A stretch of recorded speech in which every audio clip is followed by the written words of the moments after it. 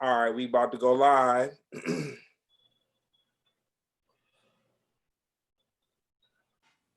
Let me see. I'll let you guys know when we. All right, so. Oh shoot, we in the house. Yeah. What's up? What's up? What's up? What's up, y'all? Can you? How's the sound on my end?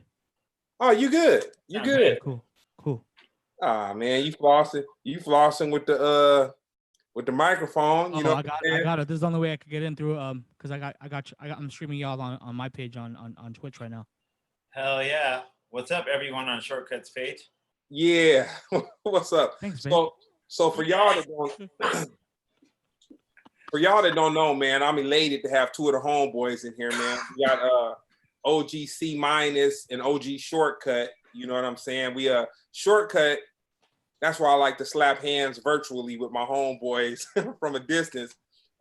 He got his Twitch cracking right now, so that was the delay. I Yo, apologize. What's up to everybody watching us on Twitch? Yeah. You know what I'm saying? I had to pull some Avengers of sorts into this this special little Splendid episode I got going. So basically my co-host is Jeremy Scipio. He's a comedian.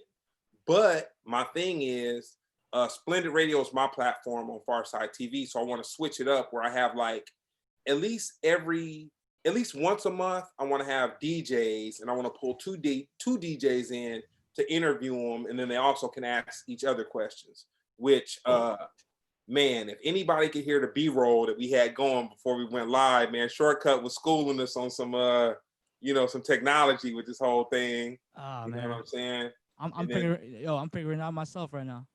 Nah, man, it's a beautiful thing, man. It's a beautiful thing. So tell me this, we're going to start with ShortKut. First of all, Splendid Radio on Pharcyde TV. You know what I'm saying? So what city did you grow up in, ShortKut? I grew up in Daly City, which is right next to San Francisco. And yeah, just most of my life, pretty much, early years. And you want to hear something crazy? I thought you were from LA. Oh, word? Oh, I mean, I guess you down here enough, or you were when we were able to be, doing our thing. Yeah, I mean, my first crew was the Beat Junkies, so me being in just being in LA a lot, I'd go down to I'd hook up with all the guys. Man, like every other week we'd fly. Me and my boy D Styles would fly down just to hang out. You know what I'm saying? So, Nah, man. And for people that don't know, let me tell you something. I'm just gonna give you a little repertoire on ShortKut real quick. So, the Pharcyde would do these shows at this jazz spot called Yoshi's, and Yoshi's. I want to say it was probably the last time or the time before. No, it was the time before the last time that we did our last show over at Yoshi's. And I want to say it was Yoshi's Oakland, because Yoshi's San Francisco, they had closed that down quite some time. Yeah. But somebody hit us up and they were like, yo, man, ShortKut and Fran Boogie got this little party going on, wah, wah, wah, wah, wah. And it's always just kind of like, man, we're leaving the club at like 12:30, maybe 1 o'clock. They're like, okay, the club is only 15 minutes away.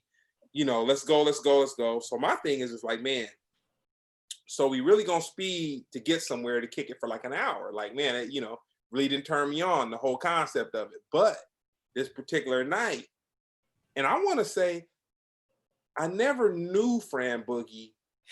I just knew him as a person, like as a guy. I didn't even know he MC'd, you know what I'm saying? Just as a guy. So we finished the Pharcyde show. I don't even think we dropped stuff at the hotel. We just like, okay, we're gonna go to a little spot. So we go to the spot and we hear BBD. We hear, we hear all this New Jack Swing type of music going on and everything. And I was like, man, this is like the Paradise. There's a club called the Paradise in LA that's where me, Monty Brown, just all the dudes used to go on Monday nights, do our thing or whatever. And I was like, damn, this club is like that. And then I looked over and ShortKut was on the cut. And I was just like, oh man. And like, I've seen ShortKut before, but we never really interacted. That night we didn't even interact. Like, he was just doing his thing. We kind of went upstairs to a little space. But I say that to you to say, if you don't know who ShortKut is, everybody on this Twitch knows who he is. But if you don't know, he's somebody who you really need to check out, man. He's a very yeah, he's a very talented cat, man. Absolutely. Yeah. I try, bro. Nah, you are. And then Cminus is so OG. He's looked out for me a couple of times and come down the store 2 for 2 and like last minute notice. I'm usually like, ShortKut, we too far away for him to catch my double dutch. So when I hit him the day of or the day before, it's really not we can't really get it popping. But Cminus, I throw up the bat signal since he's in LA. He comes down, he does his thing. He does his thing on Be Real TV. You know what I'm saying? Down with the Fantastic Four. You know what I'm saying? So I'm talking so much because right now, man, I'm just elated to have these 2 cats in here. If you could just know the royalty that I got going on with Splendid right now. This is a beautiful thing. Right on. Thanks for having us, man. Yeah, thank you for having us, man. I mean, ShortKut, that's one of the dudes that has inspired me for, since I've started really paying attention to DJing and getting serious about, getting my own shit. And I remember, do you remember the first time you came on the Roughnecks show? Like I think it was 95. Damn. Me and Chalk, we did our overnight show, and you came and DJ'd a set at 2 a.m. Was that with Rhett? I think so. Probably had to be with Rhett. Yeah, you came and DJ'd on our show, and dude, and we had this super big long mixer that was like even longer than a Newmark. It was like this crazy like long. I forgot the name of it. I'm a little stoned right now, but and I saw you do doubles. And you were doing like he was like with ease, just doing these doubles so quick, and just like hopping from over here to hopping from over here because it was this long distance, and he's like never missed a beat, and just it was fucking. And when I got to see you in person do that at the radio show, I was like, oh shit, okay. Oh man, this dude is one of those dudes. Yeah. I came from a mobile DJ background, so we had to deal with whatever was in front of you. You know what I mean? You gotta make whatever you can out of it, So I got a question I got a question for both of you, but I'm gonna start with ShortKut real quick. What was junior high school like for you? Junior high school was fun. I mean, I didn't get into DJing really hardcore till like 7th grade. Mm-hmm. So, you said 7th grade. But I just got into DJing because like I went to my first school dance. I just got there early because I didn't know whether to be there early or not. But I saw the DJ setting up, and it looked like a little rock concert inside my freaking cafeteria. You know what I mean? And just that alone and watching the DJ sound check got me into it. So throughout my whole junior high days, I was just like a DJ nerd, straight up. You know what I mean? Yeah, in wood shop, I made my own freaking coffin, DJ coffin at wood shop. Like shit like that. DJ. And did you get the little that little material, that little carpet material? That Dude, everyone, back in the day, it was like brown and black carpet kind of thing, grayish carpet. I had blue carpet. I thought it was dope. And it wasn't even for 1200s. It was like for these SLBD techniques, rolling like a belt-driven turntables, like rolling pitch. I remember that. Just something you could buy with $100, like at Good Guys or some shit. Like, man. I played with DJing, but see, I sucked, man. The belt just turned me away. You know what I'm saying? It took the 1200. It took the ease of the 1200 to say, okay, man, this is okay. We doing something. You know what though? I think starting on belt driven turntables though made me better on 1200s because when you're on belt driven, you gotta have that gentle touch, like even just releasing the record for it to mix. You know what I'm saying? Like that slow, you know what I mean? Like, you know what I'm talking about? See, like that kind of sluggish start before it just becomes regular. Yeah, exactly. Yeah. But that's what I had, and it was that's kept me out of trouble. I could say I wasn't in a gang because of this, because of DJing. So because either back in the day you were either a DJ or you're part of a gang. So either or. And you, Cminus, what was your junior high school like? Junior high for me, it was like me hanging out with my friends, and I was the music dude. I was like sorting out all, like I was searching it out, you know what I mean? And I'd been collecting records since I was like, as far as I can remember. My Theo got me this. My first two records I ever got of my own were Kiss Alive 1 and Earth, Wind and Fire Spirit. But like, You go. so that kind of gives you like a little like where I can go, where I go often. But junior high was kind of just me hanging out, and then also really kind of like that's where it started. I really started paying attention to the music that I did like, and hip hop at a point in '87 was, or it was 86, 87 was like, it was just, it's Eric B. and Rakim, it was Public Enemy, it was all these new voices that were just like, I just had to figure it out, and then I'd search it out, and then usually hanging with my friends who had older brothers who were also into music, I'd be able to go to their house after school, and I'd be like, hey, and then my friend John, his older brother was playing the Paid in Full cassette with Know You Got Soul, and I was the first time, it's been a long time, and I was like, what? And I just sat and just listened. So it was also a thing of like, I was just trying to listen to everything that I could I just was a sponge for music, not so much math or any of the shit they said was important. Yeah, I wasn't. Music I was on, and that was also the beginning of like, you know, really getting into Prince and like understanding like what he was doing, like with all these different groups and all these different, you know, projects. So that's junior high for me. I was just music nerding out and just fucking. Quick little side note. So we had a Norwood from Fishbone about a year and a half, year or two ago, and he broke down some stuff to me, and he was basically like, so Prince in the time, you know, we're looking at their clothes, the time they were pretty much, you know, had the tight little suits with little skinny ties and all that. You know, Prince had all his stuff going on, but Norwood broke it down and was like, man, these dudes were going to thrift shops in LA and getting their gear. And I was like, damn. I was like, because you would think that these dudes were having custom clothes and all this, that, and the third or whatever, but they were hitting thrift shops, man. And that was kind of like a funk. That was like a funk thing.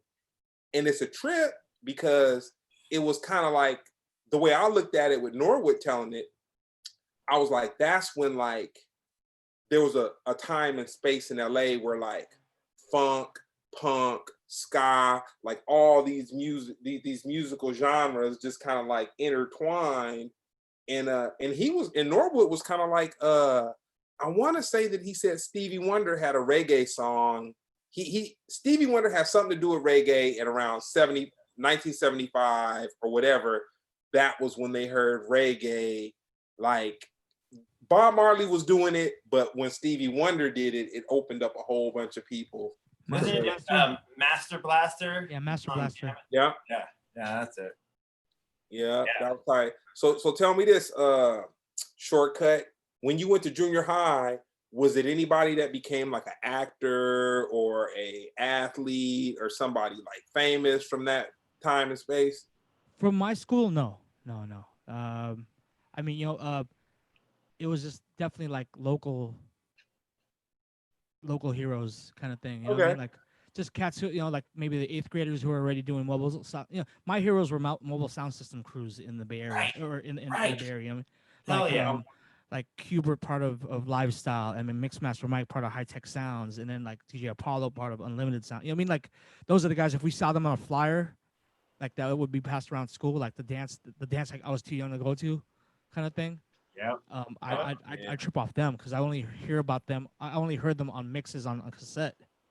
But then, you know what I mean? When I finally got to, you know, to like when I was 8th grade, freshman, then I could go to these dances that were held at Ball. You know what I mean? I don't know if you know about the Bay Area mobile sound system history, but we were deep out here. You know what I'm saying? That's why, you know, when I go, you know, a lot of people around the world always ask me like, why so many DJs from the Bay Area. On top of that, why so many Filipino DJs? There was like 100 DJ crews out here at one Man, point. You know what I'm saying? We all came from that. We all, Oh yeah. you know what I'm saying? So that's, and those were my heroes. You know what I'm saying? Those are the guys like, oh my God, DJ Apollo, Mixmaster Mike is here. They're about to, you know what I mean? Like if you saw those names on the flyer, like, oh shit, it's gonna be dope, kind of thing, you know? a couple weeks ago, we had Alex on, Alex Furtado, Okay. Lumpia Company. yeah, Lumpia Company down with E40, the whole little nine. Mm-hmm, And it's a trip because I'll say Alex, and man, I love this girl to death, man. Rosalind Carubia, man, she's hard. She's opened me up to so much, and like Brown met her on a at the they were sitting next to each other on a plane flight, and I think we were going to some music convention in New York or whatever, and they exchanged information, and like, man, Rosalind has just looked out for us, just like it like, man, she brought us over to MySpace when there was only like maybe 3 music groups at MySpace. She walked us into the meeting, and Be Real, matter of fact, Be Real had just walked out like a day before. They were like, okay, yeah, we got Be Real, we got Cypress, so now we about to get Pharcyde.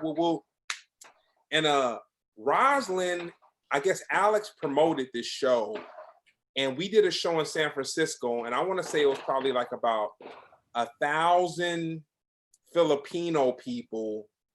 But the twist is, we had always done shows in San Francisco, but it was like a whole different dynamic. And I was just like, dang, it was a movement. I was like, okay, so we have our hip hop purists that come out to see the Pharcyde. Then we have the ones that are hipsters, kind of like that or whatever. But Alex did this thing where it was on Halloween. It was on Halloween. It was like 1,000 people, and I was like, man, it was all these young Filipino. Oh, I think I was at that. You probably were. At City Nights? I think it was at City Nights. It's this place called City Nights in Frisco. Yeah, I think I was there for that. Man, yeah. And that, it's a trip, man. I've had so many experiences that have opened me up to understand that, like, I live in a bubble. You know what I'm saying? And it's like, if you don't know, you don't know. Like, I know you know CMiuns, but I'm not sure about you, ShortKut. It's kind of like, before I went to Amsterdam for my first time, it was just kind of like, honestly, I was just kind of like, man, why would you even fly on a plane? Like, why would you go overseas? Like, man, what, whatever. I went to Amsterdam for my first time, man. It changed my life, man. Like for real. But not on. I think it changes everyone's life. It really does. Not on just the coffee shops, but for me, it was just kind of like, man, there's money that can be made, and it doesn't have to be the way that you're taught in the United States. Like, okay, you got to do this to get money, or you got to do that to do, because like I come from, like, I was selling insurance, you know what I'm saying, for the most part, you know what I'm saying, not doing nothing. Moms had passed. Brown was like, dude, we don't have anybody doing merch. You should come and check this out. Woo. At first, I was kind of like, man, why would I get my passport? Like, what do I need a passport? Like, everything I want is like right here. I wasn't from the hood, but that's a hood mentality. You know what I'm saying? Thinking like, man, everything I want is right here. I don't need to go. Man, I moved my first time getting a stamp, moving through customs, to just some incredible food. You think the food's gonna be whack. Why would you think the food is gonna be whack? Man, they got bomb Thai food, bomb Indian food, bomb whatever you want to get. And I find myself in Amsterdam, and I'm like, man, I think I know of another way to make money. I like with the whole little touring thing and just like all that kind of stuff. So anyway, from there, tell me this: what was the first piece of vinyl that you bought, ShortKut, with your own money, not something you got from somebody? But damn, first record I bought, I was 7, and I bought AC/DC. I was a metalhead, so I was Back in Black. That was my first album, first record I actually bought. That and what was it, 82? And then that was the first record I bought, period. But the first hip hop record I ever bought was Run DMC's first album. You know what? And I saved my money. I saved that's when I got like $1 a day for lunch money, and I saved like all 5 days, and then like Friday, oh shit, I can't wait to go to the record store and then buy this record. And I'm just holding this shit, looking at it, like playing it back to back. You know what I mean? Like just, You know what I mean? Like just the excitement of just getting the record back then was just like, you know what I'm Dude, saying? I date myself with this question. I've hit it off with, because one of my main questions is like, how did you feel the first time you heard Run DMC? Oh, Like what did they make you feel? And so I amazing. forget that I'm an older guy. So I ask these youngsters and they like, Run who? You know what I'm saying? like Run who? I'm glad that Run DMC impacted you that way, man. Because when I heard Sucker MC, dude, it changed my life. That's what it was for me. Yeah, Sucker MCs. it changed my life, man. It was just like, and the funny part about it, I didn't see Crush Groove or Wild Style. I didn't see Wild Style until the late 90s.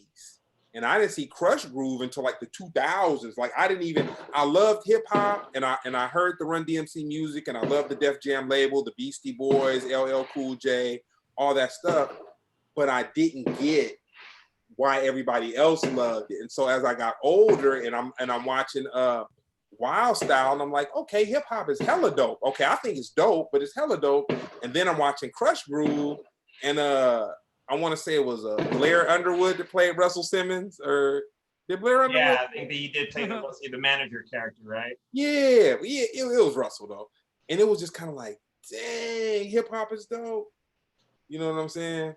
Hip hop is dope. So for you, CMiuns, how did you feel the first time you heard Run DMC? Yeah, Sucker MCs was the one, because it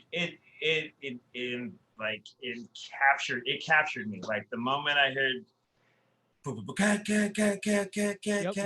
just, and then the beat that Loud. came in after that, it was just, yeah, I literally could not stop listening to it, and I just had to keep, like, I was at a friend's house who had it on 12-inch. From his older brother, and he played it, and it was like, whoa, can you play that again? And I listened to it like 6 times in a row the first time I heard it, and it was just, it was inexplainable, the feeling of like, oh shit, as a kid I didn't know how to recognize that, but it made me just want to go more. I just wanted more, and then I just knew at some point it was something that just felt and sounded so fucking right. Right is the word. Let me tell you, Run DMC took me over, and just hip hop from the DJing part of it. It captivated me so tough. My mother, she was a doctor. She had a homegirl who was a nurse, and they would do these shifts where they did like they worked their regular thing, then they go like 7 at night till 7 in the morning. So she had this homegirl that they would get gigs together, woo, woo, woo, woo. And so the homegirl had a son. And and as a matter of fact, the son lived in Cerritos. And I went to his house, and he was doing pause mixtapes, but he had a realistic mixer. Dude, hip hop blew my mind so much. I stole one of his tapes, man. Oh yeah. I stole one of his tapes, and the whole funny part about it is, before I got home, the phone call had already been placed. One of the tapes is missing. Greg was there, whatever, and I just had to admit to it, man. I was like, dude, I never experienced nothing like that, and it's funny because the cat, I just reconnected with him about like maybe like 3 months ago or so, and he had me on the printing side of what I do, he had me do something for him, and I dropped it off to him in Cerritos. And I told him, and I was like, man, I apologize for stealing your tape, man, but that set me off with this hip hop thing, man. I was like, it was so powerful. You know what I'm saying? That's hella dope. Yeah, it was so powerful. So tell me this, CMiuns, when was the first time that you thought that you could make some money with this, man? Like when you were like, okay, it's more than my parents or you know, girlfriends or whoever looking at me like, man, get a job. You know what I'm saying?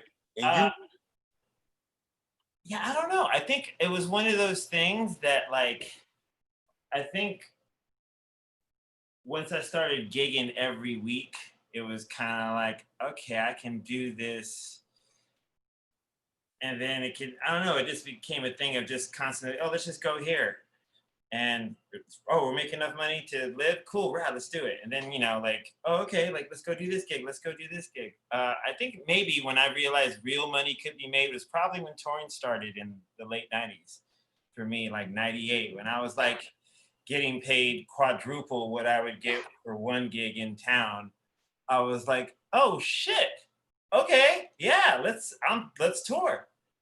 And yeah, that was probably for me. And you, ShortKut? Man, it wasn't until after, man, what was the first time? My first show out of town, I guess. I had just come fresh out of the New Music Seminar World Championships, and then I got booked with Qbert to do a show in Vancouver. I was like, oh man, I'm going overseas. Not even real overseas, but I'm just going over a border to judge a battle and then perform right after. And I was like, oh man, like I think I'm gonna have to do this like on some full, you know what I'm saying? And then I'm still a bedroom DJ at heart. You know what I'm saying? Yeah, I'll be forever a bedroom DJ at heart. But yeah. But as far as making loot off it, it's, I mean, God, that's like now in retrospect, man, I'm like almost damn near decades deep in it. You know what I mean? So it goes fast, right? See, like it just I think where we went in the past that money wasn't a thing. It was just kind of trying to just push forward. Right. It's money kind of came. Money kind of came, and came our way, but we were like, oh, that's rad. We can do this and this, but we're trying to go this way. And I think that was more important as far as we were trying to just make sure we were dope in whatever we did. And that, and then, oh, yeah, cool. We get we can get a nice little check for that. Cool. But it was, in retrospect though, I wish I did things differently back when I first started touring. You know what I mean? Like I wish I had my merch game wasn't up.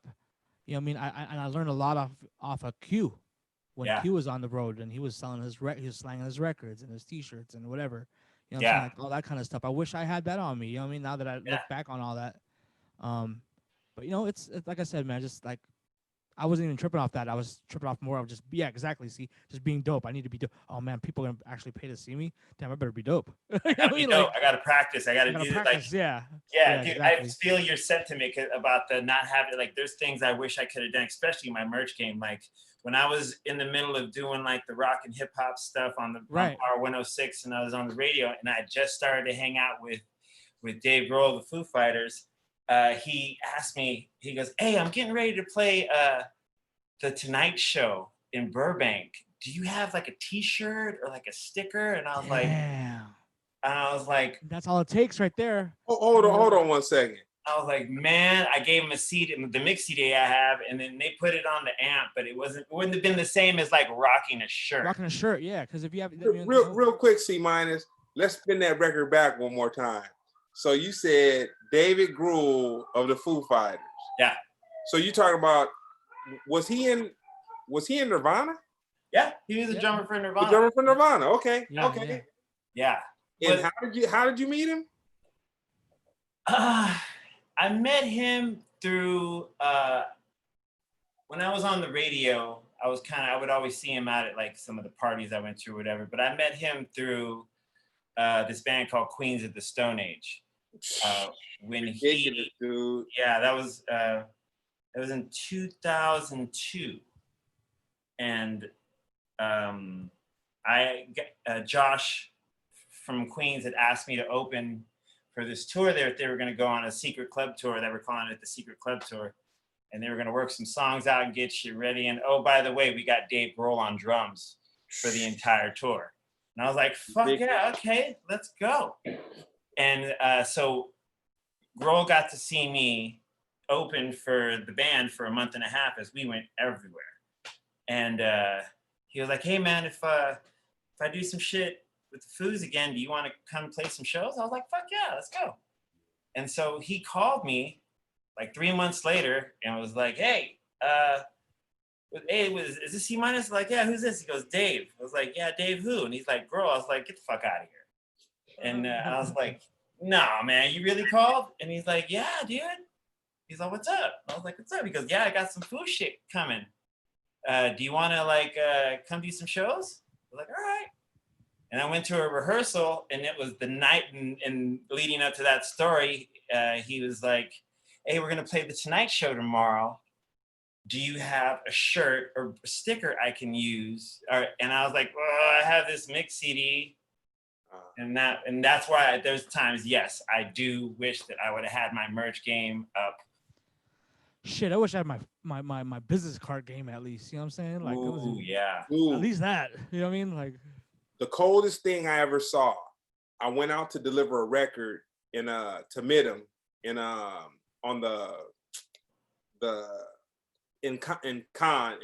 Cannes, France, whatever. To Cminus, the little.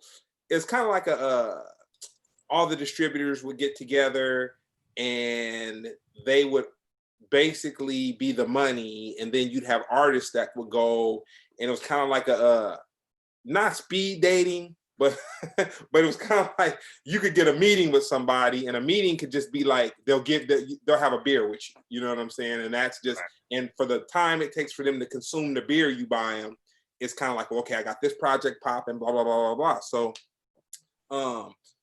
I had flew out to Minham, and I was at the after party. Questlove was DJing, and Raphael Sadiq. No, he wasn't DJing. He was just there. It was Questlove and Grandmaster Flash. So after Grandmaster Flash's set, when Questlove went on, Grandmaster Flash went and kicked it in the corner, and he had a stack of business cards. And he was just really only talking to people who were worthy of a business card. And the young me looked at that, and I was kind of like, man, you know, people want to talk to you. You Grandmaster Flash, man. You going hard on them. But then me looking back at it now, I'm kind of like, dude, this dude probably bought his own ticket to France. You know what I'm saying? He probably bought his own hotel. You know what I'm saying? To go out there and the politic and network. And like, man, maybe if he was out at dinner or out at lunch or something and you want to come by, slap his hand, prop him up, whatever. I mean, it wasn't me. I didn't approach him. I just was from afar, just kind of looking at the game. And I was kind of like, dang, he's really only getting at people who are worthy of the card. But at the same time, as an adult, I look back at it, I'm like, dude, this dude has still stood the test of time, man. He's still relevant. He's still involved in, you know what I'm saying, this, that, and the third. So with that being said, ShortKut, who's the DJ that you feel has influenced you the most? oh man, where do I start? That's like, you know what? That's definitely picking the one, just one. That's so hard. The one DJ, I'll say just even as a youngster though, but the dude who you saw that kind of made you say, dang. DST, hands down. Watching Rocket for the first time. And he got watching Grandmaster DST do scratch on Rocket. That was on what was it? Saturday Night Live. Dude. That blew my mind. You know what I'm saying? And just seeing him as part of the band just made me, you know, I can't count how many needles I broke on my dad's turntable. You know what I'm saying? Just because of that. Like, what was that sound? I gotta do that too. I didn't care what record was on. I was just, you know what I mean? Like, and I broke, and I couldn't even touch it. I wasn't even allowed access to the turntable after that. He was a producer too. I can't even go through, but anybody who's listening, shout his name out one more time, ShortKut, so they can do their Google research. That's a Grand Mixer DST. Yeah, I know I saw him live, and I saw him playing some bass lines, and I was just like, okay. So for you, CMiuns, who was the one DJ that you felt just tapped into your frequency? Oh man. You know, for me, as far as like super hero DJs, it would probably be like, I can't, my first mixtapes I ever heard were from the Bay Area, where DJs like Storm and Norman. Whoa. And there was a couple other cats, because my uncle did security at the Palladium. In Frisco? In Frisco, yeah. Oh. So yeah, back in the like late 80s and all in the 90s, I think into the 90s. And so he was like head of security and co-owner, and he used to bring me these cassettes. He would come from San Francisco back to Bakersfield, and he would bring me these cassettes. He goes, "Oh, I had my DJs tape, fill up this 90-minute, a couple of these 90-minute tapes, check them out." And so it would be whatever was cracking in San Francisco, I would hear in my bedroom in Bakersfield. So I think like all the Palladium DJs that I used to hear those mixtapes from, along with like Curtis Harmon of K-Day, Tony G, Julio G. Oh yeah, all the mix masters. Like the mix masters, you know, like those were. It's hard to say one because I am all of that as influence. Yeah, that's why that question is so hard, because I can't name No, like it was meant to be hard. maybe just the first exposure was DST, but then like Jazzy Jeff with the Jazzy Jeff live at Union Square, that changed my life. You know what I'm saying? Yeah, but then being here in the Bay Area, watching DJ Apollo from the Scratch Pickles, you know what I'm saying? Like just yeah. These guys first, seeing them first, those were my heroes. You know what I'm saying? So yeah. I think also for me, like Mr. Chalk is my favorite. Like that's the one dude. Like when we get into like practice sessions, he's we push each other and pull and we aim for the best, even if it means talking shit and be like, oh, come on, man, you got that, you got something. But that's not fair. He's your OG. We talking about outside the OGs. You know what I'm saying? He's the dude. I mean, he's the guy I came up DJing with whenever we were both learning together, along with the Baker Boys. You know, Eric V and Nick V. We like us four were the like Fantastic Four. You know. Same here. Same with me and DJ Apollo. You know what I mean? Like he was. I just knew him from flyers and seeing him with Q and Mixmaster Mike. You know what I'm saying? But then it wasn't until I turned 18 when he put me down to do clubs, the DJ the club scene in Frisco. You know what I'm saying? So it's like I always say, like it's dope to like guys that I was looking up to, but then later on in my life and in my career, I became part of the same crew. You know what I'm saying? That's amazing, man. Yeah, for me, that's just like mind blowing to this day. You know what I mean? Like like I mean, just to see, like, I think all the beat junkies, especially J Rock and Melody and Babu, and like, I mean, being around your whole crew, Cut, like being around everyone, like from the super early days to just always just hanging out and fucking around, like being around that always makes you want to be better. And as a collective, it's this amazing fucking group of like, just like game that. Oh, you're telling me, man. Believe me, when I session with those cats, you know what I mean? Like it's the best. It's the best. Yeah, you just get inspired. You know what I mean? Like, man, I gotta be. Oh man, they're on this shit. I gotta up my shit. Dude, between listening to like your stabs, you're in Chalk stabs, or like some of my like you. There are no other stab masters. I mean, it's you two all day on mine. You know what I mean? Like you guys are the motherfuckers with that shit. Oh man. Well, hey man, I can say this: if I've ever been at a festival and seen any of you two or the cats you've mentioned, soon as I get to the hotel, soon as I can drop off my bag in the hotel room, I'm busting a V line directly to where these cats are, because that's where it's gonna be some cool chilling before the whole little situation. So with that being said, CMiuns, you being in LA, downtown LA. Mm-hmm. How has this Rona affected the way of life, man? Oh, I mean, it's everything. I mean, LA pretty much shut down. So there's no bars, there's no gatherings of anything for DJs to play right now. So my entire thing is like a question mark looming forever. At least it feels that way. You know what I mean? But it's affected everything. You know what I mean? And then you everything shut down, and I'm going to start streaming more, but it was kind of like I don't know how you felt, Cut, but like I I've just been trying to get used to the idea of streaming, and like, 'cause sometimes I notice that if I do a late night mix from like 2 to 4, like I'm not going to sleep till 5, like, because the adrenaline's going, and then it's just me, like, you know what I mean? I don't know who I'm touching. I don't know the audience that's out there, and that gets, but I'm starting to get more around that, as far as just like, all right, fuck it, I'm gonna go on, and if anyone wants to come in, cool. If not, fuck it, I'm going on, and I'm playing some jams I want to play. We're talking to somebody where it's really kind of not fair. It's kind of it's slighted, because you know what I'm saying. Our man ShortKut here, man, he's kind of doing his thing on Twitch, man. Oh yeah. Shout out to everybody on Twitch. Yes, sir. Mafia watching right now. Yeah, yo. Needless to say, this is my third was it? My third month doing Twitch. Yeah. And just hopping on it that early. I mean, shit, man. I used to do streams. I've been doing streams for like the last 4 years, but not like to the level like, man, when I first got on Twitch, I was on 6 nights a week.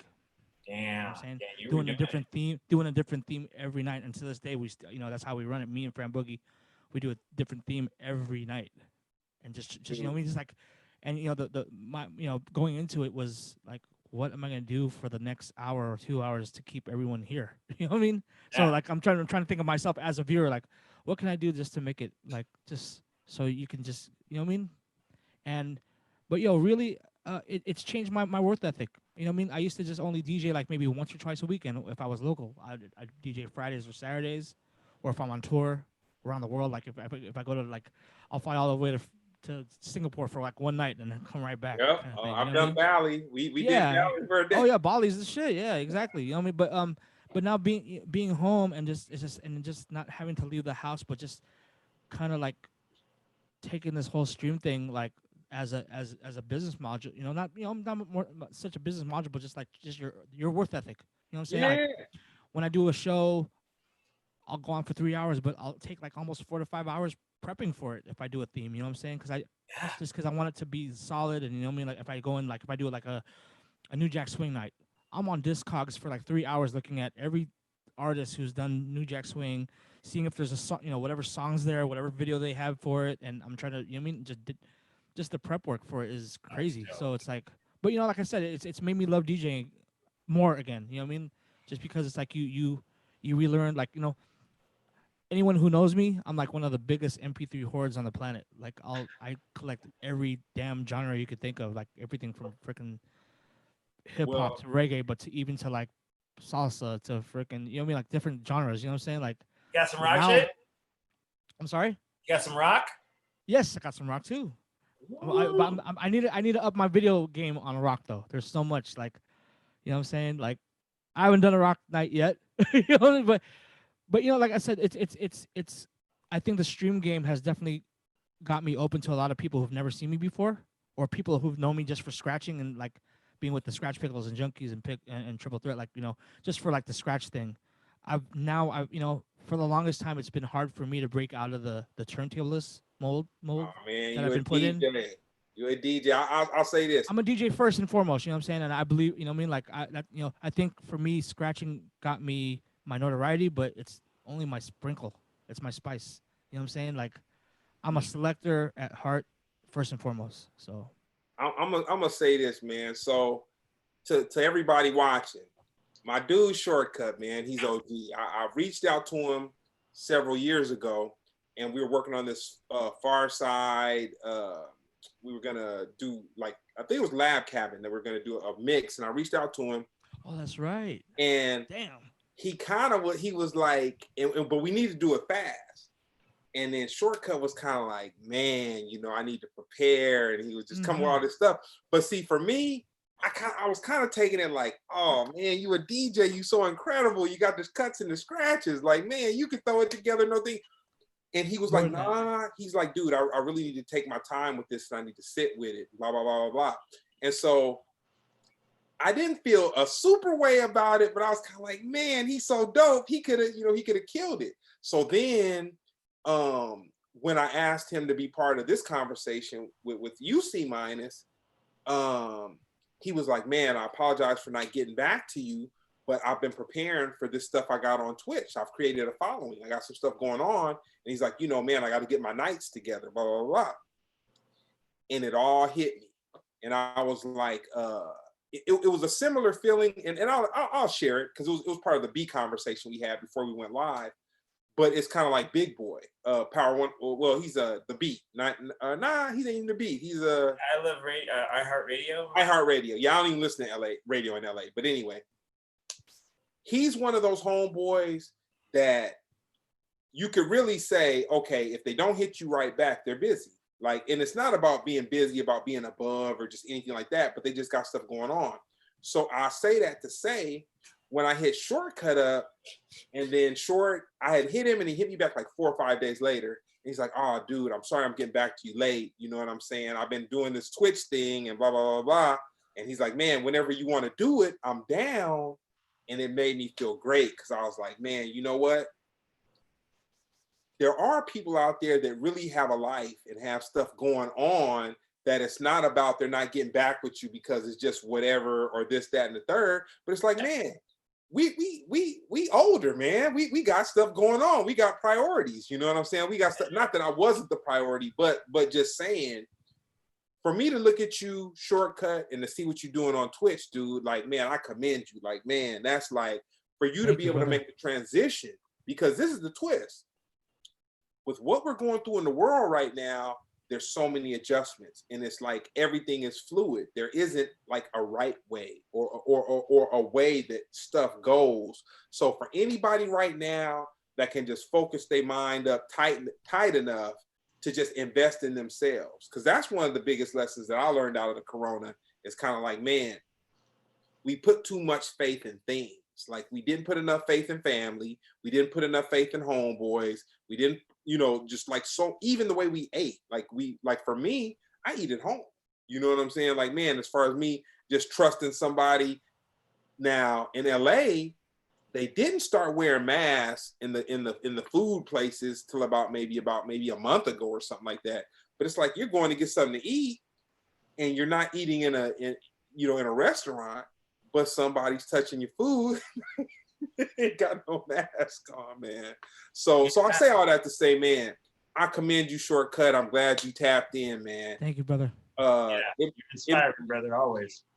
Oh, man, it means the world to me to have both you cats, you know what I'm saying, as a part of the dialogue.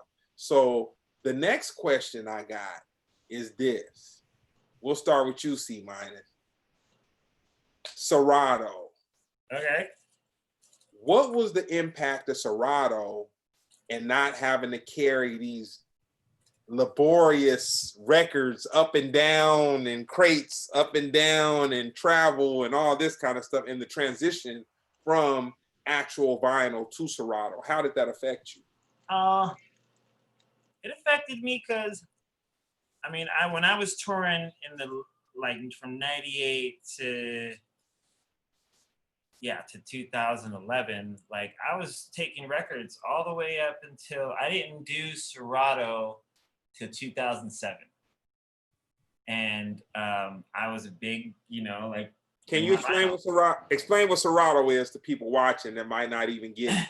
Serato is a computer program that allows you to manipulate MP3s or any audio wave files on your computer in like vinyl. Through a control vinyl that sends a tone through the mixer, which goes to the computer and goes back out to the, that. So that was the technical version. Yeah. The dumbed down version, you don't have to check in crates at the airport if you're gonna fly with some wax. You don't have to carry crates of vinyl up and downstairs and scratch records and all that kind of stuff. Basically, you can take a record and you can turn the songs into MP3s, and all you need is a hard drive. So instead of carrying anything that's gonna hurt your back, hurt your arm, whatever. No, I mean, I think I can speak for a lot of DJs, you know, my age, you know, that were like, once we really started to like embrace technology in Serato in that sense, because at first there's a lot of purists of vinyl and you know, and I still believe a record sounds amazing on vinyl more so than CD or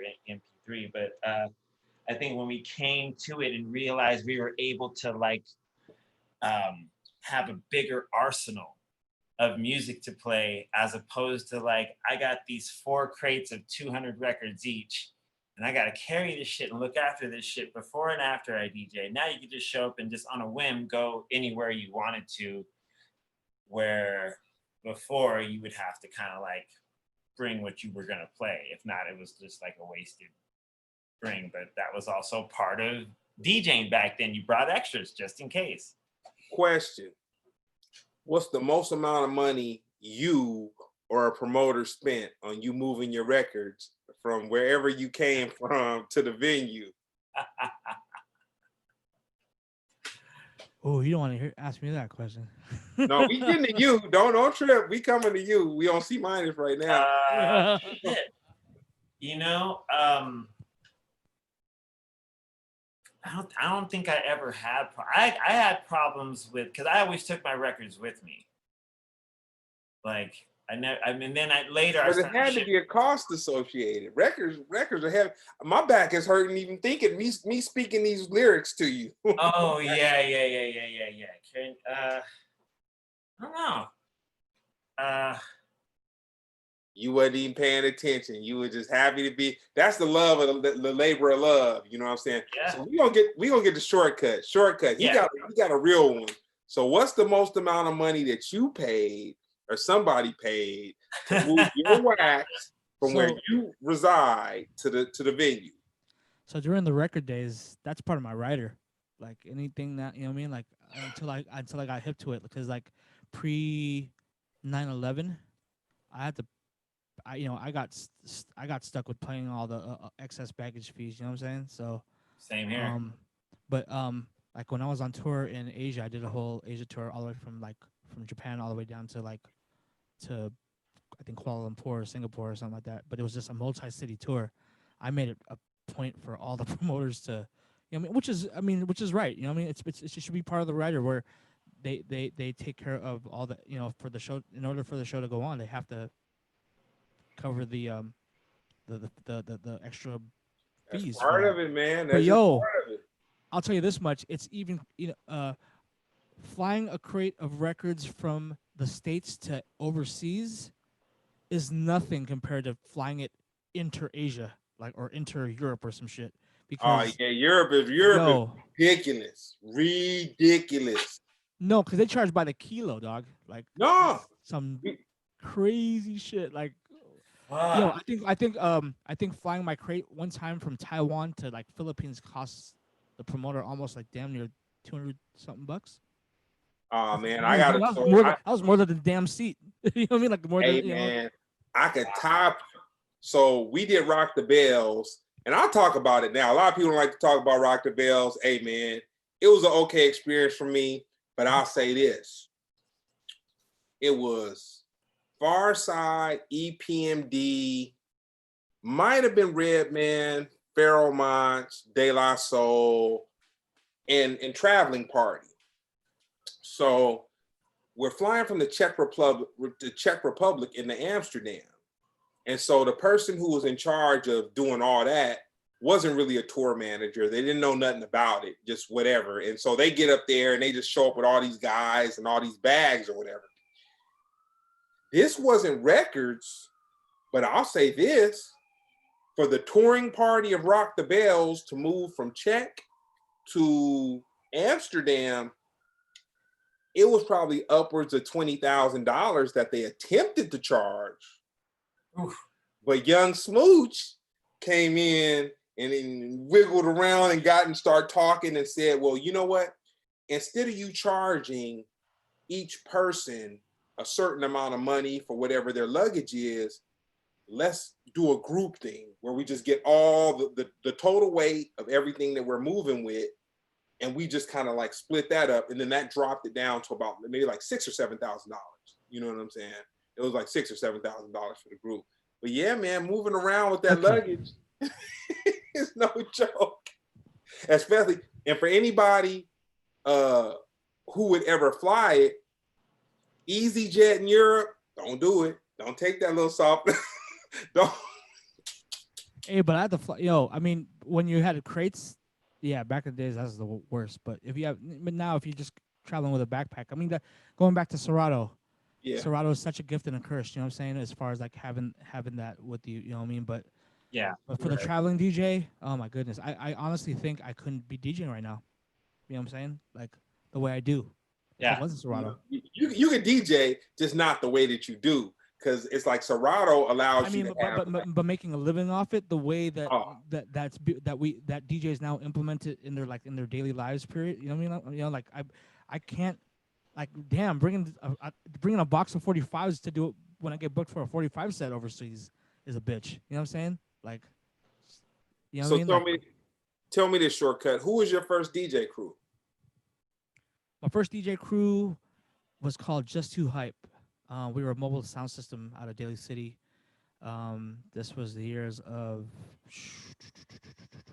89 to 95. So I was still battling when I was still doing the mobile thing. And it's so crazy for me to hear you say that you were, and I believe you, but it's so crazy for me to hear you say you're a battle DJ, because I understand the respect that people give you as a turntablist, but part of that B-side conversation we had before the show started, I said something to I said something to ShortKut about I want a house music mix, and his eyes lit up, and I was like, oh, and his eyes lit up in a way like, oh, I got this. You know what I'm saying? So how has being a DJ in 2020 and not being pigeonholed into hip hop, or let's say just all these different genres, how has it made you have to adapt to like the climate of the audience? I think there's not even a climate of the audience anymore. I think it's now we're just rewriting all the rules. You know what I'm saying? It doesn't matter what DJ you are, like whether you're a DJ so and so top billing or so and so who's not really known yet. This whole thing brought everyone down to the same level. You know what I'm saying? Yeah. And it's kind of rewriting everything. You know what I mean? Like the rules are totally rewritten of how you present yourself. Like with my stream and when I do stuff on Twitch, there's a lot of cats who have never heard who I was before, and just finding out about me, and that's what's the beauty of all this right now is I mean, besides, there's no beauty to the pandemic, but just as far as being a DJ, it's kind of also filtering out DJs of who's you know what I'm saying? Who's made to do it? Yeah. Who can cut the? Hey, yeah, like you know what I'm saying? Like seriously, it's kind of showing like cats who know what time it is with their music or skills or whatever. But even that, I think it shows, it's letting people know like what they want to hear. Like, you know what I'm saying? Like, I think that Twitch is such a great platform for DJs, because now it's like you can go just down the line and just see who's DJing. I've never heard of so and so DJ before. Let me check out how he's playing. He only got like so and so how many people in this room, but he's killing it. You know what I'm saying? Like, so now it's like that's why now I just encourage all the new DJs to just come up. You know what I'm saying? Like, just this is the time to do this. You know what I'm saying? So tell me this, C-Minus, for you, what do you want to come out of this Corona with? Like the lockdowns and the pandemic and all that kind of stuff. What's the thing that you've kind of been able to get your Yoda meditation on to come up out of this in a different way? It's just music. I've just been, I think out of this, I want to come out with some truly like amazing sets that I can look back or hear back and go, yeah, there wasn't too many fuck ups on. And then I also want to be able, I'm back to doing beats on my SP1200 again. Just got it back from Bruce Forat, totally modded out with 8 outs. Like, big, what up, Brown? Brown has sent many a machine over to Bruce to get freaked out and twisted. And for y'all that don't know, Bruce is to the MPC or the SP1200 drum machines what like the dopest auto body shop is to somebody getting a Bentley and getting freaked out and getting all a little extra little. Pip my drum machine. Yeah. Yeah. He did you know, all of Dre's machines. I think he did some Timberlands. He did Mailman. He was he was the dude. You know, he's the. And I just got, so I think out of this, I'm going to come out with some killer sets, and hopefully, like, you know, I've been talking with the homie J-Rock about, like, some of these sets I had planned.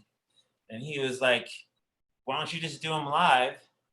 And then if you do them live, see what people think.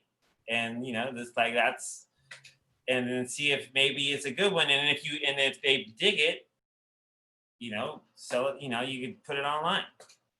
And I was like, oh, okay.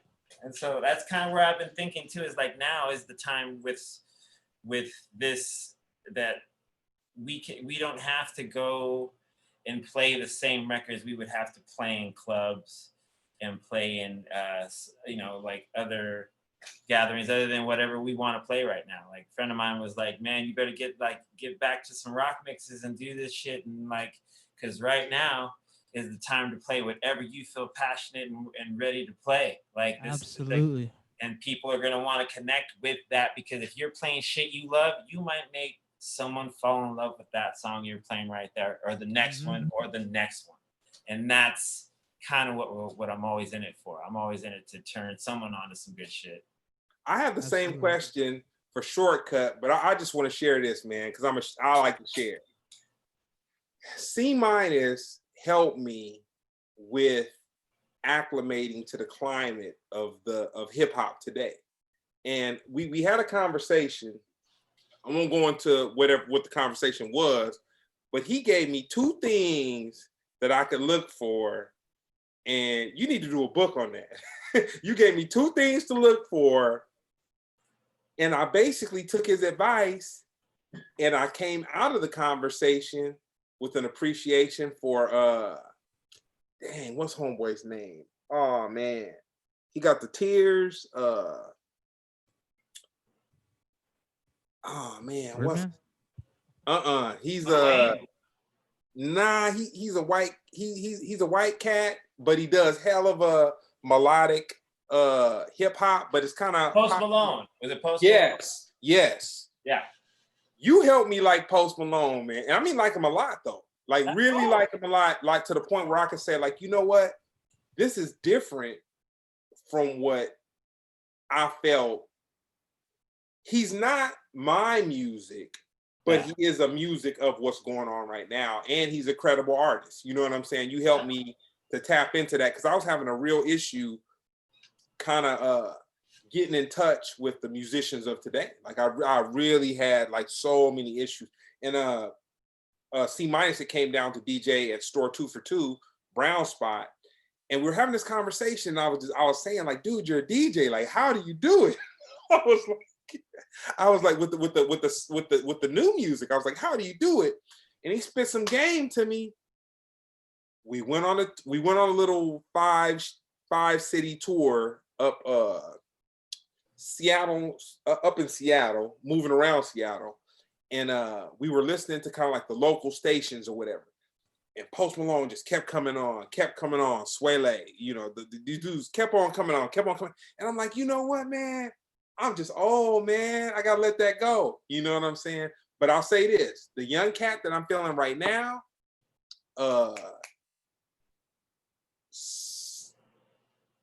Sir's, is it Sir's brother? D something. He's on TDE. D. Oh, Sir's brother. Where is Sir's brother? Okay. Yeah, but anyway, that's why I'm feeling right now. So for you, ShortKut, what are you trying to come up out of this whole Corona with? Like, what's your work ethic been like? What's your focus? My work ethic has been nuts, man. Like like I said, like going on. I'm on 5 nights a week now. I was on 6, but now my daughter's off of school. You know, she has a summer break, so I take Monday and Tuesdays off. But starting Wednesdays, man, I'm like, I just go in. You know what I'm saying? I'm starting to do. I'll start during the daytime and just prepare for whatever the theme is. You know, we announce the theme of the night the day of, And but you know the prep time that goes into that is crazy. I'm talking to Fran Boogie, and we're trying to plan out okay, what are we gonna do? What's next? What do we have to prepare for? Get the flyer out, get this. You know what I mean? So it's like it's kind of like a machine that we're running. That just, you know what I mean? It's like clockwork. Okay, and then I just block myself out from 2 to 7 just to be able to get the playlist right. And then, you know, I do videos. I mix music videos during my set. So basically, the only time the camera's on me is whether I'm either juggling, scratching, or mixing. But then when it goes into the verse, I kind of I don't really find any joy for anyone to look at me while I'm looking for another song. You know what I mean? So I rather put I use music videos because, well, number one, if it's a theme, they can put they can get the vibe of what, you know, if I'm doing like a New Jack Swing mix. I've never heard New Jack Swing before. Okay, well, this was the vibe of New Jack Swing. I'm playing Guy. I'm playing, you know, everything Babyface or Teddy, and then, you know what I mean, and I'm getting the videos to that, and they could see what the vibe was back then, and, you know what I mean, put the face to the music kind of thing. And that's, you know, when Serato first came up with the plugin for Serato Video, I was preparing like a year before it came out, like in 2004, just ripping on my VHSs, DVDs. I was recording freaking VH1 Soul and BT whatever, like all the video shit. Like I was just recording that religiously and just ripping it song after song. You know what I mean? Like, and so like you just get this crazy collection. So I've been collecting for for down near 16 years of just, you know what I mean? And now it's like cool. Now I got an audience to actually show this to. And yo, if you guys haven't checked it out, you guys should see. Like, right, I'm looking at my chat room right now, and all the I call the room is called the chat room is called the Chat Mafia, because now it's like because now they've been, you know. And hopefully they ain't roasting me, man. No, this man. is the crew right here, because, you know what I mean, like they're on here, and we're just talking on the side, like as we're talking. It's so dope. This whole thing has made us, you know, even though we're all inside, it's kind of given us a sense of community. And, you know what I mean, like, you know, like now they've all made friends amongst themselves. And now I feel like, oh, cool, I'm gonna be your soundtrack while y'all just while out in the chat room. You know what I'm saying? That's cool. And it's dope. Like, so yeah, if you guys could see right now, it's dope. Like all of them, you know, we made Chat Mafia emojis and emotes, and it's dope. You know what I mean? It's dope to see where it's gone to. And like I said, now that we're just pretty much rewriting the whole rules of as we go. You know what I'm saying? So, you know, who knows? You know, but now it's like I said, I'm looking at people who's in the chat that I've seen every other day, you know, every day, and they're like, yo, in my head, I'm like, man, I can't wait to meet you guys when I go to your city, when shit frees up. You know what I mean? When everything's cool. So, you know what I mean? I mean, like I said, it's also a good thing. You know, we also definitely got to see the positive. It's brought a lot of us together, and, you know what I mean? Like, dude, it slowed me down so much, man. Like honestly, like me, I'm a 5:30 in the morning to 10 o'clock at night kind of cat. Like, man, I just give it all gas, no brakes, like whatever. But when the Rona hit, it kind of just refocused me, kind of like, man, okay, you're going hard for that period of time, but what are you really accomplishing? And what first of all, what do you want to accomplish? Like, do you have a strategy, or are you just working to be a hardworking dude? Like, I don't want to be a hardworking dude no more. I mean, like, I love working hard. Work smarter, right? Yeah. It has to be a strategy to it. You just can't just, you know, you just can't just go hard, man. For sake of going hard, it has to be a purpose behind it. Gotta be a purpose. Man, I wish I could see it that way. I just been going hard, just going in, man. I mean, you my motivation, ShortKut. I'm a fucking idiot, to be honest with you, man. I'm just going in crazy because I, like, you know, to me it's like, damn, I got 300 plus people watching me every night. Man, I better come sick. That's cool, dude. That's hella cool. You know what I mean? That's if that ain't motivating anybody, especially if you're a DJ, then I don't know what will motivate you. But these guys are dope, because like everyone in the chat room, like, yo, it's dope. I come in every night, talk to the crowd, and talk to my chat room right now, and I'm like, yo, before we start off, like, yo, can I have a location check from everybody in the room? And I'm reading all these where they're from, and they're from Australia and from the UK and from the Middle East. And like, damn, I'm doing a gig, like a worldwide international gig every night, and it's like that's what's motivating me to just stay. You know what I mean? Just to keep keep it cracking. So yeah, man. So we about to wind it down. Yes, we're gonna start with you, ShortKut, and then we're gonna go to CMiuns. Both you guys got some heat for this. what is the most cracking event? No, I'm not gonna say cracking.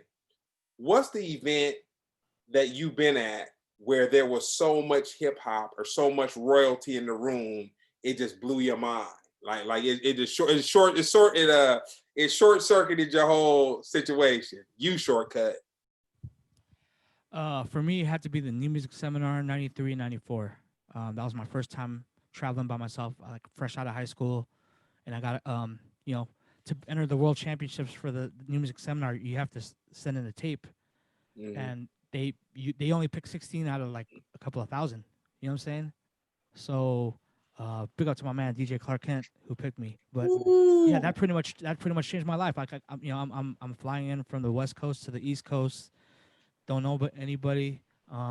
Looking at the crowd in the front row is Bam, Herc, Flash, Jazzy J. I mean, just all the guys I've played their records and like, you know what I mean. And I'll give you like, one of the most memorable things I can remember, especially like the '94 championship. I went against DJ Noise from Denmark. We were in the finals together. I lost, but coming up to me after that, at the very end of the battle, Puffy comes up to me with Biggie, and has me, yo, you were sick, man, yo. These are new. Yo, I'm Puffy. I got a new label called Bad Boy Entertainment. These are my two artists right here.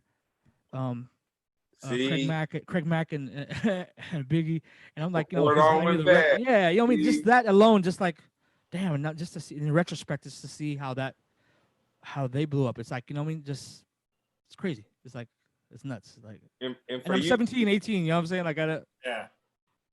For you, that's my memorable one. What was your moment?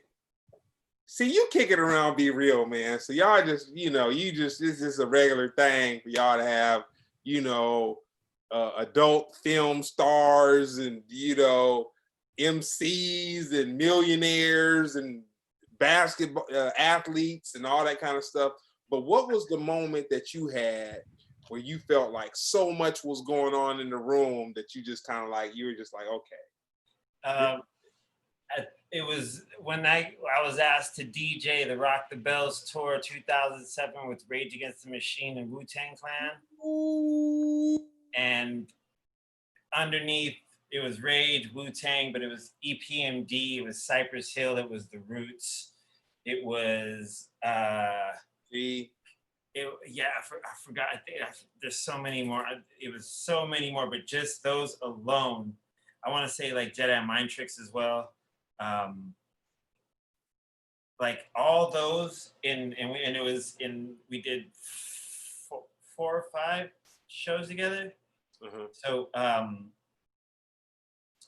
the last date, they got all of us in the room into a space to take this aerial shot of everyone performing on the tour.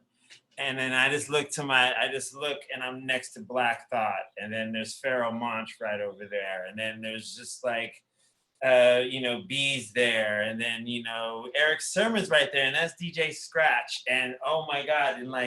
And there's Zach from Rage. And there's Tom Morello. And then there's like RZA and Ray and Ghost. And oh shit. Like that shit was cool. Yeah, that's pretty... That was to me one of the most hip hop moments I've ever felt in my life, where I was like, yes, this is that shit. I'll give 2. I'll say 1, out with Brown and the Gorillas. They had Lou Reed, De La Soul, Bobby Womack, Little Dragon, Paul Simonon on the bass, and Mick Jones on the guitar from The Clash. Roots Maneuver, Kano. Okay, so that's that one. That was like where I was just like in a space of just all these creative people and kind of like, whoa. Right. I had one last year, man, that I'll say, like, if God was to end it all today, this was one. Pharcyde performing outside. It was It was the Bay Area, but I can't remember exactly the amphitheater. Shoreline Amphitheater. That's where it was. Shoreline Amphitheater. Pharcyde, Wu-Tang Clan, Eric B. and Rakim. That's everyone where everyone did their whole album kind of thing, right? It was kind of like that. Yeah, it was kind of like that, but no, we didn't do album. You know, some Wu-Tang did their album, and I think that Wu-Tang did their album and Eric B. and Rakim did their album. We didn't do an album. We just performed. There was somebody, but I just remember De La Soul too. De La Soul. And I just remember being backstage and Maceo's running around with these apple pie. He was doing these organic apple. I think his mom's, maybe it might have been his mom's, hooking up organic apple pies. They in the dressing room. Wait.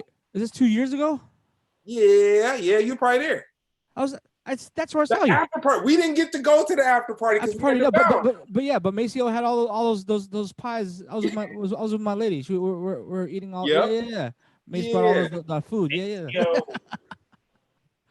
Damn.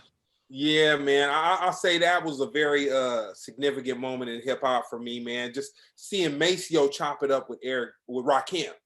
Maceo with Rakim. Shout out to the homeboy Adisa. You know what I'm saying? He's down with Mike Realm.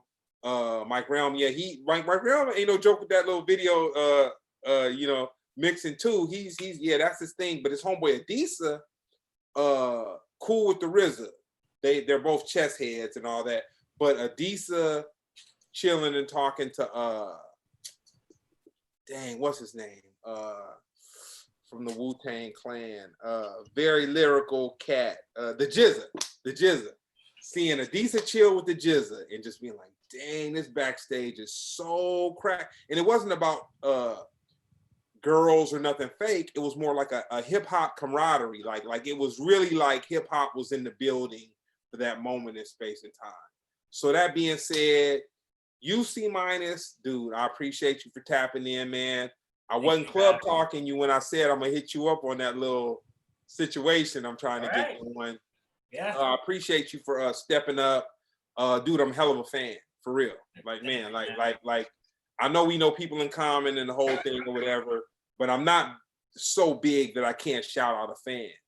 ShortKut, I have a new appreciation for you because I understand how busy you are. You know what I'm saying? And it's my little very small whatever that took it personal. But dude, if you got 300 people tapping in for you on Twitch, and you're doing all these different themes. You're not just playing the same music or whatever. You told me you got the 80s theme. You said you got some house.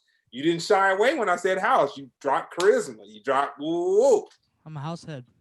Nah, you doing it, dude. I appreciate both y'all for tapping in, man, and just making this a very special show for me, man. Because I look up to both y'all. I'm gonna hit you ShortKut on the technical end because you got some crack, like you got the knowledge. I got to get a couple things from you. I'm just figuring it out as I go, and and cats from the chat room are helping out as well. Like, you know what I mean? It's like I said, this is all uncharted territory for all of us as DJs. You know what I'm saying? I need a chat room. I'm working my way to it though, man. I'm gonna get it right. So man, this is Splendid Radio on Pharcyde TV. CMiuns, you want to give them your socials, your ins and outs where they can check you out? Yeah, you can follow me at CMiuns Fan4, CMINUS FAN 4. I'm on Twitch, Mixcloud, Instagram, Twitter. I'll be doing some rock sets coming up soon, and looking forward to just playing some shit. I did one the other night. It was fun, man. But also, some print sets and some other stuff too. But thank you, everyone, and checking out all the stuff on High and Hungry for Be Real TV and the Dr. Green Thumb podcast. Shout out to the crew. That's pretty dope. And for you, ShortKut, where can they check you out? I'm on Instagram at ShortKut. That's at ShortKut with a K. I usually have to say that because there's like mad shortcuts out there.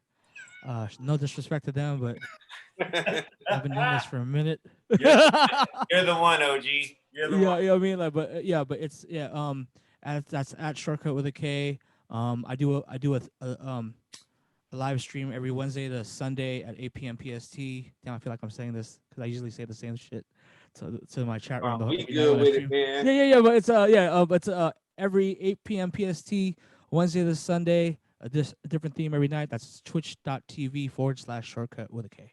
And yeah, big up the chat mafia. Salute. Nah, tight. Well, no, man, this is Splendid Radio on Pharcyde TV, man. I have the homeboy C-Minus and ShortKut, man. It really, like, I apologize for being very excited, but I am excited to have both you guys in the same space and time. Thanks for having us, man. Especially to give just like kind of some relief to all everything that's going on in the world, man. This was like, man, this is it took my mind off of a lot of real life turmoil and whatnot we got going on in the world. So this is Splendid Radio on Pharcyde TV. Thank you, C-Minus. Thank you, ShortKut. Thank you. Peace. Salute. Thank you. Okay, I stopped streaming too. Are we good? Yep. It's a wrap. Cool. Thanks, dude. I had 75 people watching this right now. Word. Hell yeah. They're all tripping out. Dope.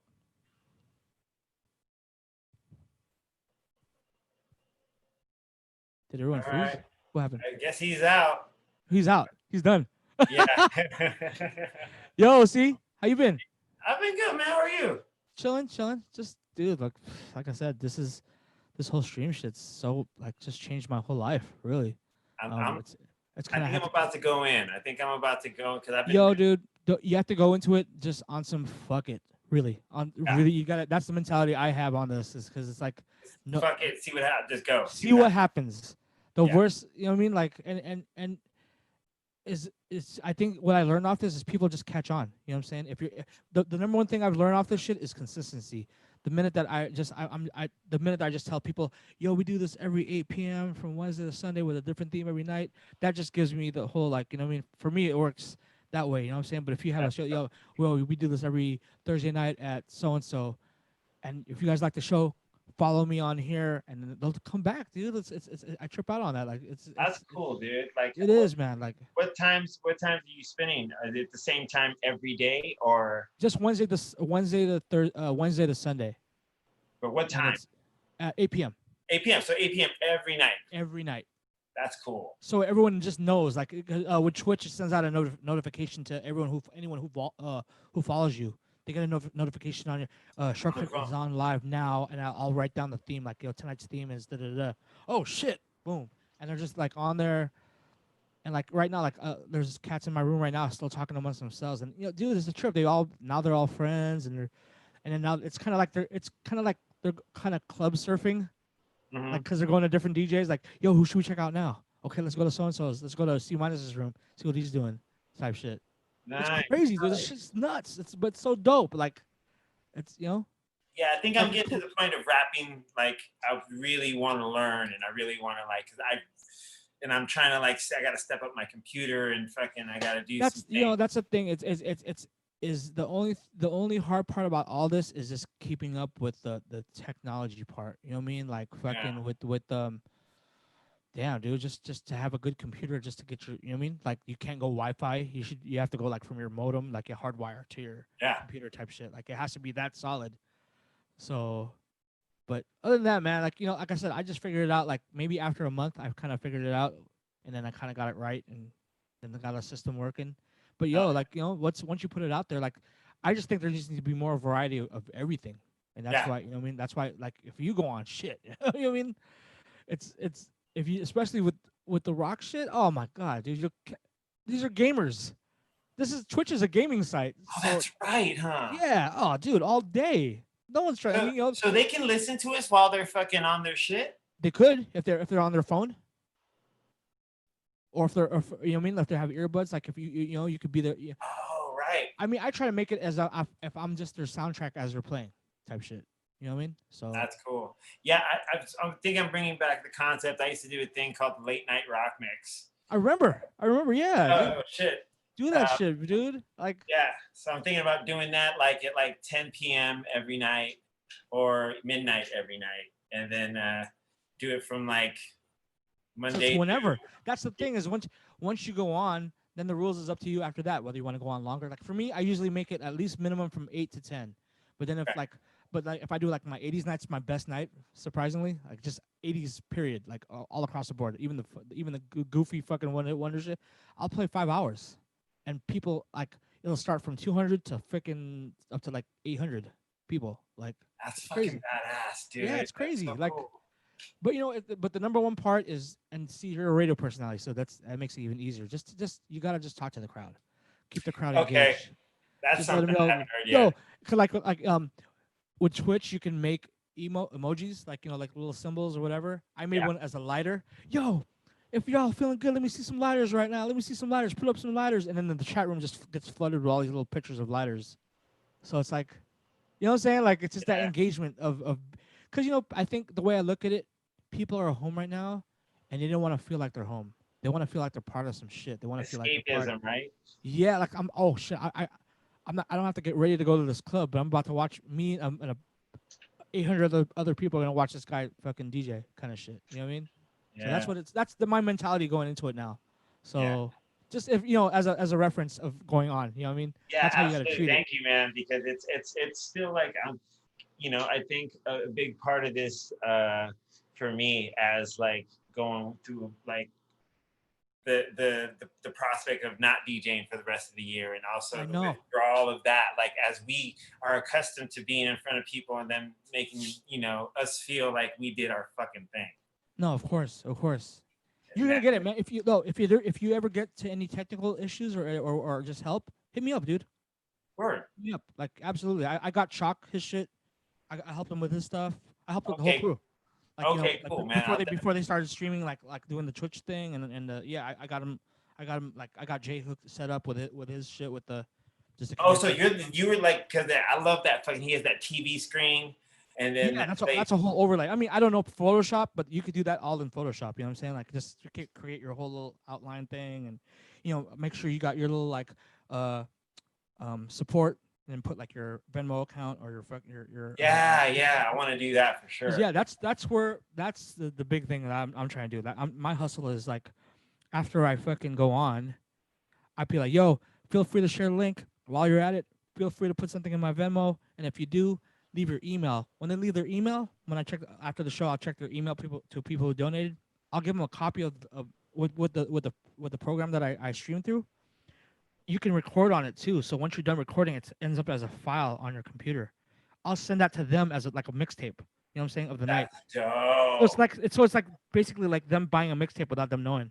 You know what I mean? But like, yo. Because I